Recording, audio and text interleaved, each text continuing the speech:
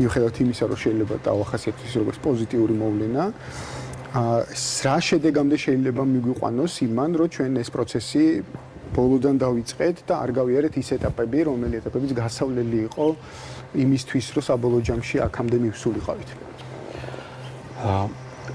მინდა დავიწყო, რომ კიდევ ერთხელ გავუსვა ხაზი, ეს გადაწყვეტილება იყო პოზიტიური გადაწყვეტილება, სწორი გადაწყვეტილება, თუმცა არ იყო დაგეგმილი ისე როგორც ეს არის საჭირო, ანუ არათანმიმდევრული იყო და გარკვეული ეტაპები არ იყო ისე გაწერილი, როგორც ეს სოფლიო პრაქტიკა გვიჩვენებს. ეს უნდა დაწყებულიყო სწორედ სტანდარტით, სახელმწიფომ უნდა შეადგინოს სტანდარტი, რომლითაც შეაფასებს სამედიცინო ორგანიზაციას. უმთავრესი მიზანი რა არის? რომ მხოლოდ შეზღუდული რაოდენობა შეარჩიოს სამედიცინო დაწესებულებების, რომლებიც მიიღებენ მონაწილეობას საყოველთაო ჯანდაცვაში და არა ყველა. ეს ყველა მთელ მსოფლიოში ესეთი პრაქტიკა არის. და ამისათვის უნდა შექმნას სტანდარტი. ეს სტანდარტი არის ხარისხის სტანდარტები, არის საწოთა დატვირთვა, სათანადო აღჭურვილობა დანადგარები. ეს გვაძლევს იმის შესაძლებლობას, რომ სახელმწიფომ სელექტიურად აირჩიოს სათანადო დონის და ხარისხის დაწესებულებები და შეზღუდული რაოდენობა. იმიტომ რომ დღეს რა მდგომარეობა თქვენს გვაქვს უამრავი პატარ-პატარა კლინიკები, ახლა სტატისტიკაც არსებობს, რომ უკანასკნელი ბოლო წლებში ფაქტიურად 43 კლინიკური ერთეულით გაიზარდა რაოდენობა და 272 ტავნამდე მივიდა, რაც ერთ პირველ ადგილზე ვარ მსოფლიოში. რატომ არის ჯანდაცვა განსხვავებულად სპეციფიკური ასე ვთქვათ სფერო და რატომ არ მუშაობს იქ მსგავსი რაოდენობრივი კონკურენცია? ეგ რო აგვიხსნათ კარგად. უმთავრესი პრინციპი ეკონომიკის არის ჩვეულებრივი ბაზრის, რომ მოთხოვნა განსაზღვროს მიწოდებას. ეს კანონი არ მოქმედებს სამედიცინო ბაზარზე. აქ მოთხოვნა კი არ განსაზღვროს მიწოდებას, არამედ პირიქით. პაციენტს ვერ ექნება ინფორმაცია, რომ მოთხოვნა შექმნას. იქით კი მივიდიო, რომ პირიქით მიმწოდებელი განსაზღვროს მოთხოვნას. ბაზარის სამედიცინო მედიცინა არ ბრუნავს პაციენტის გარშემო. მედიცინაში უმთავრესად ექიმის გარშემო ბრუნავს, იმიტომ რომ მიმწოდებელი, ანუ ექიმი, ანუ პროვაიდერი განსაზღვრავს მოთხოვნას, განსაზღვრავს თუ რამდენი სამედიცინო ჩარევები არის საჭირო, თუ რამდენი მედიკამენტები, ეს ქმნის ნეგატიურ სტიმულებს. ეს მთელი სოფლიოს პრობლემა არ არის. ანუ რეალურად პაციენტის მოთხოვნა არ არის დამოკიდებული მის გადაწყვეტილებაზე.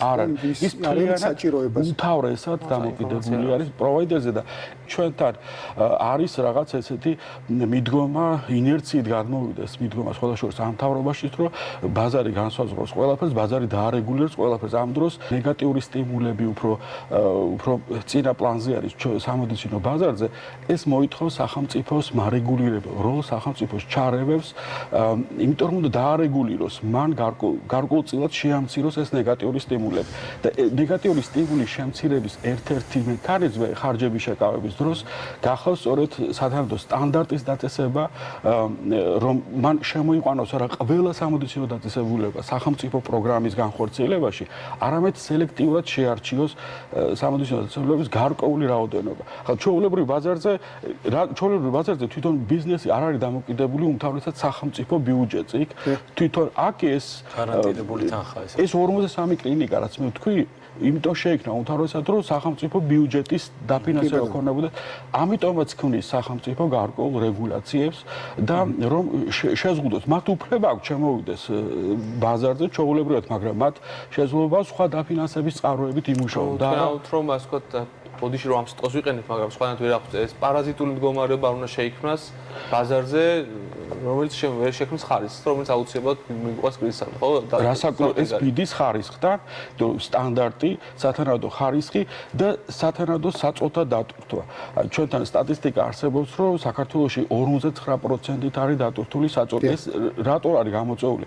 იმიტომ რომ არის უამრავი კლინიკები და სათანადოდ ვერ იტვირთება, ანუ სახელმწიფოს თანხა გადანაწილდა სხვა პატარ-პატარა კლინიკაზე და ამ დროს ჩვეულებრივ ეკონომიკის პრინციპიც არის მასშტაბის ეკონომია, ხო, სადაც მსხვილი საავადმყოფოებს აქვთ უფრო მეტი შესაძლებლობა, რომ სათანადო ხარისხით, მცირე ხარჯებით უფრო მეტი სერვისები განახორციელოს. სწორედ ეს უნდა სახელმწიფოს.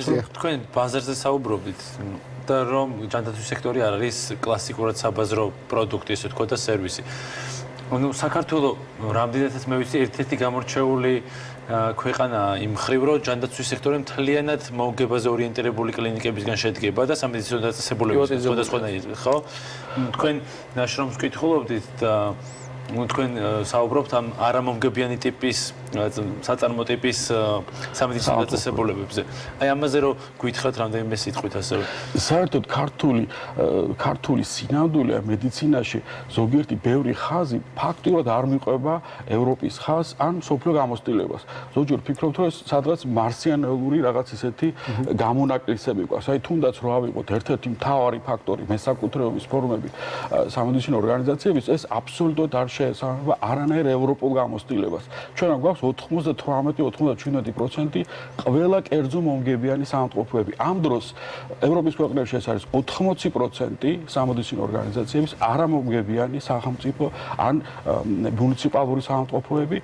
თვითონ ამერიკის შეერთებულ შტატებში ეს არის 57% არაკომერციული საავადმყოფოები და ეს არის თვითონ მედიცინამ შექმნა, მედიცინის ბუნებამ შექმნა, ჯანდაცვის ბუნებამ შექმნა ასეთი მოცემულობა, რომელსაც ვერ გაექცევით და ჩვენც ვერ გავექცევით. ახლა დადგა სწორედ აი ეს მომენტი, როდესაც ქართულმა ჯანდაცვამ დაიწყო ფიქრი სწორედ იმ პრობლემებზე, დაშვებულ შეცდომებზე, რომლებიც ფაქტურად დაგროვდა. აი თუნდაც ის რომ დღეს აქცენტი კეთდება აი რესპუბლიკურ საავადმყოფოს გაძლიერებაზე, ესეც მეტყველებს იმაზე, რომ სახელმწიფოს არ აქვს თავისი პოლიტიკის განმახორციელებელი ინსტიტუტები და ფაქტურად არის აი კერძო მომგებიანი მოდით აი კარგად რომ ესმოდეს მოსახლეობას ხომ თქვათ ეს პრივატიზაციის ნაწილი იქნება ეს თუ რაღაცა არაპროფილური უბრალოდ არამომგებიანი დაწესებულებების არსებობა და ასე შემდეგ ხომ კონკრეტულად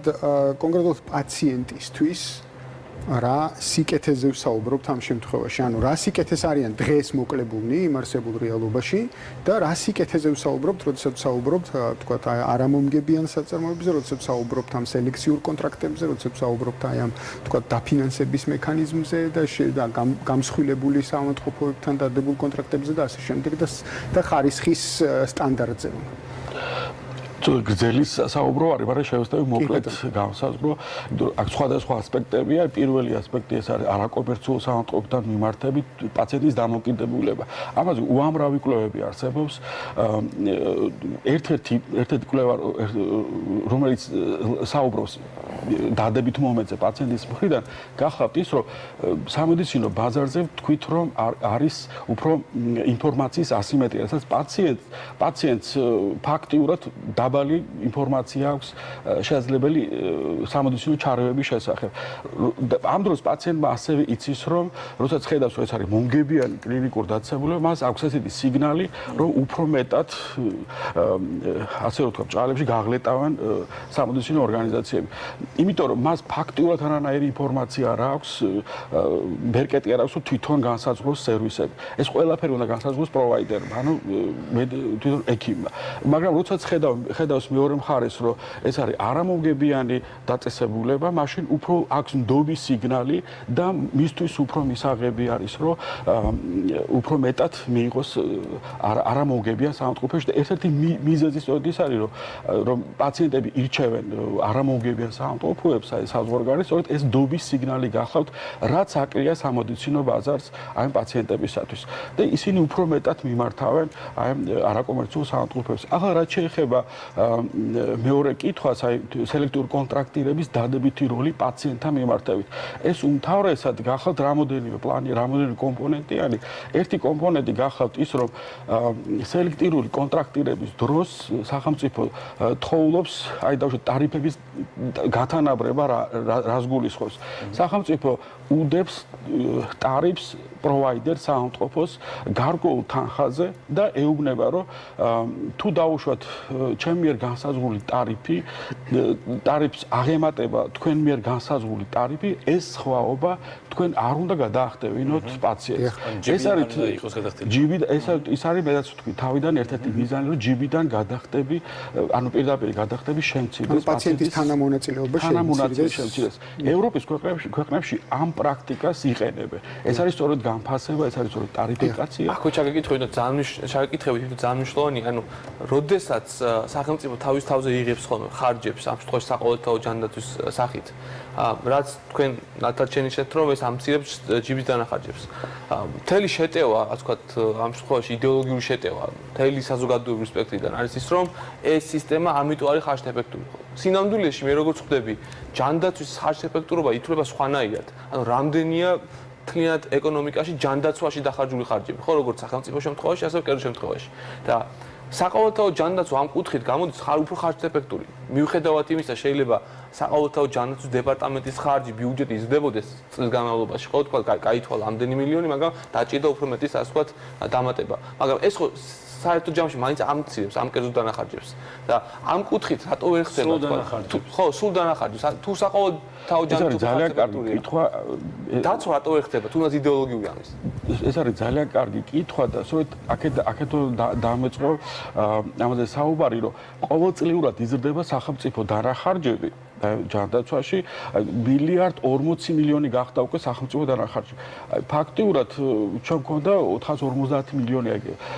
გაორმაგ და გასამაგდა და უნდა მოველოდეთ, რომ უნდა შემცირდეს ჯიბიდან გადახდები. ხო, პარალელურად არ ხდება ეს, იმდენად არ ხდება. ცხადია, სადღაც 85%-დან შემცირდა 55%-მდე. ცირცადა წამლების ფასის გამო რამდენადაც მე ასევე საყოველთაო ჯანდაცვის პროგრამის გაფართოებით შეამცირა ხარჯები და ცხადია ეს დადებითი მოვლენა, მაგრამ უფრო მეტად უნდა შემცირებულიყო და რო არ მცირდება ფასის გამონარჩუნდება მე მგონი ეს ჯიბიდან გადახდა მაღალ დონეზე ეს კი და სხვა კიდევ არის ერთ-ერთი მომენტი არსად ჯიბიდან გადახდები რომ შენარჩუნდა არის ის რომ თანაგადახდები საავტყოფოების მხრიდან დაურეგულირებელია სახელმწიფოს მხრიდან შეიძლება საავტყოფომ დააწესოს 20% 30 50,000 ლარი ფაქტიურად დაურეგულირებელი ევროპის ქვეყნებში არსებობს რამოდენიმე მიდგომა. შეიძლება უთხრას უარი რომ არაფერი არ უნდა დაამატოს აი ამ ტარიფს რაცაც მე ვადგენ. მეორე მიდგომა რომ რაღაც გარკვეულ ჭერს უწესებს და ეუბნება რომ აი ამ პროცენტის ზემოთ არ უნდა გადაიხადოს პაციენტმა. ახლა ამას რო ვლაპარაკობ, ეს ევროპის ქვეყნებში ამ სამინისტროს როგორც მარეგულირებელ ორგანოს აქვს ძალაუფლება. აი ეს არის მთავარი. ჩვენთან ესეთი ძალაუფლება როგორ უნდა გქონდეს, როდესაც 98% შენი ინსტიტუტების არის ფაქტიურად კერძო მომგებიანი. იქ სწორედ იმიტომ შეიქმნა 80% ევროპაში არაკომერციული საავტყოფოები ან გარკვეული მაღალი წილი სახელმწიფო და მუნიციპალური საავტყოფოების, რომ სამინისტრო როდესაც გარკვეულ პოლიტიკას ატარებს, მას უნდა დაეთანხმოს პროვაიდერები იმ თვალსაზრისით, რომ ეს საავტყოფოები არაკომერციული საავტყოფოები განთავისუფლებული არიან გადასახადებისაგან და აქვს შეღავათები, საგადასახადო შეღავათები. წარმოვიდგინოთ, სულ მსოფლიოში არის დაახლოებით 6.5 ტრილიონი დოლარი ინდუსტრია მთელი ჯანდაცვის. რომ ეს გარკვეული ნაწილი გაანთავისუფლო საგადასახადო შემოსავლებისაგან, ხო? სახელმწიფო ეუბნება, რომ თქვენ განთავისუფლებთ, მაგრამ თქვენ უნდა გამოგიყენოთ რაღაც გარკვეული პოლიტიკის გასატარებლად. ცხადია ეს არის შანსი, რომ ყველაფერი მხოლოდ არაკომერციული ან სახელმწიფო არის ამ საავტყოფოში. ცხადია არის 18% კერძო მომგებიანი საავტყოფოებისა, სადაც არის გარკვეული სხვა სერვისები და არის კონკურენცია. აი ეს არ გვაქვს ჩვენ. აქ ფაქტიურად საქართველოში არის მხოლოდ კერძო მომგებიან საავტყოფოებში ეს კონკურენცია და არ აქვს ძალაუფლება სახელმწიფოს. აი თუნდაც დღეს როდესაც განახორციელა ტარიფიკაცია და გათანაბრება, შეიძლება პირი შეკრან ყველა კერძო მომგებიან საავტყოფოებთან თქვას, რომ ჩვენ არ მივიღებთ ამას. ამიტომაც არის, რომ ფორსირებლად დღეს დგება საკითხი, რომ თუნდაც იგივე ზოგიერთ საავტყოფოში რესპუბლიკური საავტყოფოს რაღაც გააძლიერონ და რაღაც დასაყრდენი კონდეს პოლიტიკის. მაგრამ ეს არის შანსი, რომ მხოლოდ რესპუბლიკურ საავტყოფოს მისცეს კონტრაქტირება. შეიძლება მისცეს სხვა საავტყოფოებს და უნდა მისცეს სხვა საავტყოფოებს, იმიტომ რომ არის პაციენტის არჩევანის თავისუფლება, მაგრამ შედარების საშუალება მისცეს პაციენტს, რომ იქ არაფერს არ დაამატებს, აქ კი ბატონო შეიძლება დაამატოს. ესეთი სისტემური მიდგომები ჩვენთან ფაქტიურად არ არის, ანუ ჩვენთან ინსტიტუტები არ არის, ჩვენთან სტრუქტურები არ არის, ის რაც სოფლიო პრაქტიკაში არის მიღებული და ჩვენ ზოგიერთ სფეროში ფაქტიურად არ ამოვარდნილი, არანაირად არ მივდევთ იმ აპრიორ ევიდენს, იმ დაუშვათ საფუძვლებს, რომლითაც ვითარდება მედიცინა. ეს ყოველთვის დაგვხვდება წინ, ყოველთვის აი როდესაც დაუშვათ ახლა დაგვიდგა ხო ესეთი კრიზისული მომენტები, ესეთი კრიზისული მომენტები ჩვენ ერთი წლის წინ ლაპარაკობდით ზუსტად ამაზე, აი დადგა, კიდევ დადგება იგივე მომენტი. იმიტომ რომ თუ არ შეესაბამება გარკვეულ სტრუქტურას, თუ არ შეესაბამება გარკვეულ იმ მოცემულობას, რაც სოფლიოს პრაქტიკაში აქვს, ყოველთვის დგება ასეთი გამოვალი კრიზისები. დიდი მადლობა.